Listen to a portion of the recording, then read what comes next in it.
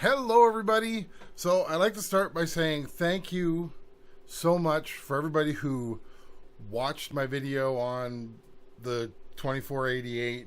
I got a lot of views. I was shocked. It actually is it's now it's my number one video for how fast people watched it. It's insane how fast people watched it. And yeah, so I'd like to say thank you to everybody for that. So many comments. Yeah, it's like I have at the moment, I don't have it in front of me, because as usual, somebody asked me a question that comes first. So I have my DP32 in front of me for this one. So, but yeah, I have to thank everybody for it. Phenomenal response to it. I am going to record with it. Yes, it is actually working really, really well after I cleaned it. Yeah, my hair's a mess. I don't care. And so, that being said, I was asked about how do I hook up my drum set, my drum machine with the newer Tascam DP32, since it doesn't have a sync on it, or doesn't have a MIDI on it. Sorry, not a sync. I am looking for an MTS30, which is a tape sync. From what I've been told, you can connect it to a track on your DP32. You can have it go out, come back, and you can use it as your synchronizer for your MIDI equipment. The only ones I've found so far are in Japan, and for some reason, eBay is telling me that I'm not the person they say I am. So I have to fix that up. I just haven't had time. I just haven't had a chance to do it. And yeah, so I will probably end up purchasing one before the end of the year, just to try it out. If it doesn't work, I have enough equipment in here that will use it. But yeah, it's one of these. I'm just curious to see if this would actually work. So that being said, so what I said was, okay, well, he asked me how do I do it? Well, I of course just record straight from, and I'll show you here. I record straight from the drum machine into the DP32. Now I have it set up on track 32 at the moment, or 3132, and yeah, it's all coming through the board. So now that I have the board in easy location, I'm just going to show you the board. So it's going into the board here. That's A and B. That's A and B. It's attached to the back of the DP32. So A and B are coming in a stereo, and I have it assigned, as you can see here, track 31, A, B. And then all I do is, the one thing I always make sure of is, I make sure that because I'm going to be adding the human element to this as well. It's not just me. It's not just going to be like a whole bunch of different, devices like like synths and all this other stuff playing. It's just me. What I do is I make sure that I record a click track at the beginning of at least one thing. So what I have here is I have the drum line to Roses, which is a song that I released. I'll probably end up using it for the song to do. Let me just try to flip this around. And it's on the DR3 here. And I'm just going to put it with this computer just to get it up a little bit. So what I do is I will then just simply set it up.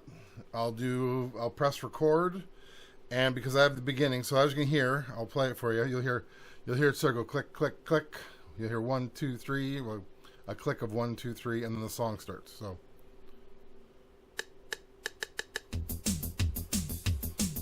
okay, a little bit more than that. Probably because I'm using it as part of the song. I don't remember anymore. It's been a while since I recorded. Actually, I don't think I did use it for the song. Either way, that's what I put there. So click, click, just so I have something to know. Okay, this is where I start playing on the guitar. This is where everything begins. And so then I just record it. So I start from the beginning. I just press record. I give it a second.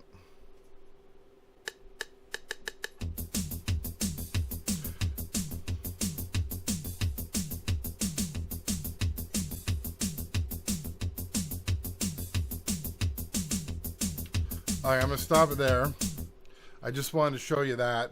So now the other thing I do is I will then clean up how it starts. So depending on what I'm doing, like if it's me and I didn't do a click track at the beginning, what I will do is I will hit record, go for a bit so that I get past that minimum IO size in out, and then what I'll do then is I will switch it over to bars. So I'll go back over here. So I'll show you. So we are currently, let me move the keyboard out of the way. We are currently on time. So that's the ABS. So that's the time. I gotta say that the what is it, the 2488, the way that you change it from ABS to the other two settings, I love it. I don't think you can do it on this one. Let me see. No, you cannot do it on this one. You go up, you use the cursor keys, and then you just go up on top here and you move across, and then you change it. So you can't do that from here. But what you can do is you hit metronome, and then metronome will say bar display at the bottom. We're going to say on because I want to see the bars. I'm not going to worry about the tempo right now. Yes, it's 120. It's probably not matching what I have on the song.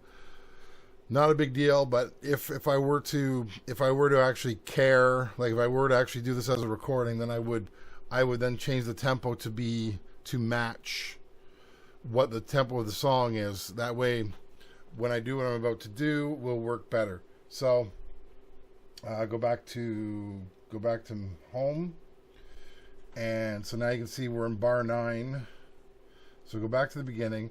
So what I want to do is I'm going to go to jog play, select track 3132. I'm going to locate. There's where the song begins. So I can't see the line. I can actually see it better on my monitor here. Okay. So what I'm doing is I'm trying to get as close to the line as possible. So there. So then I put that as my out. Okay. So now that I know what it is, now as you can see, it says I'm on the second bar, third measure. I want to be on the second bar, first measure. So I'm just gonna. Well, I could do it this way. Let's just do it this way. So there, I set the out. Now I move this across to fourth measure, and now we just go slowly. Doesn't have to be an exact science. I'm just trying to get there. It is moving very slow. There it goes. Okay, so. All right. So that's where I want to be. So now I'll put the out there. I'll put the in there, I mean. So now I have the in and out. So what I'm going to do, I'm going to cut.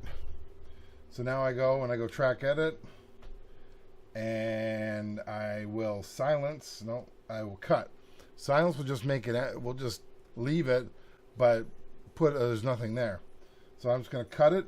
We hit the forward, and it tells me where it's doing it, and it gives it in time, not in bars, which is fine. And I'm going to say yes.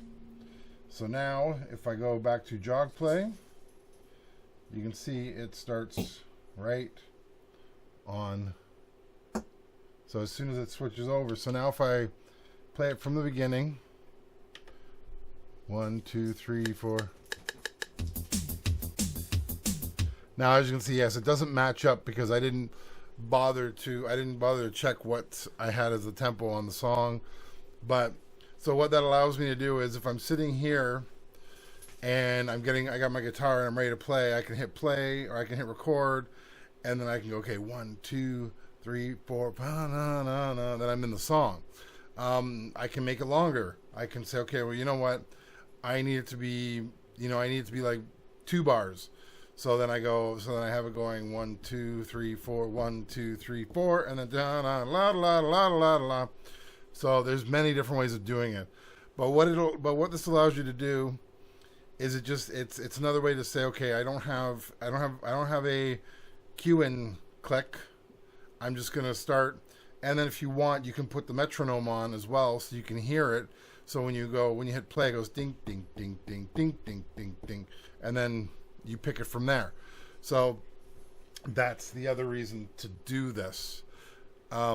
Yeah, so that's my video today. And I hope this helps you out. If it doesn't, tell me what I missed. Don't tell me it's a lousy video. Tell me what I missed. Or can I do it this way? Because the more you help me out, the better I can, excuse me, help you out. So, yeah, that's my video today. Talk to you later. Bye.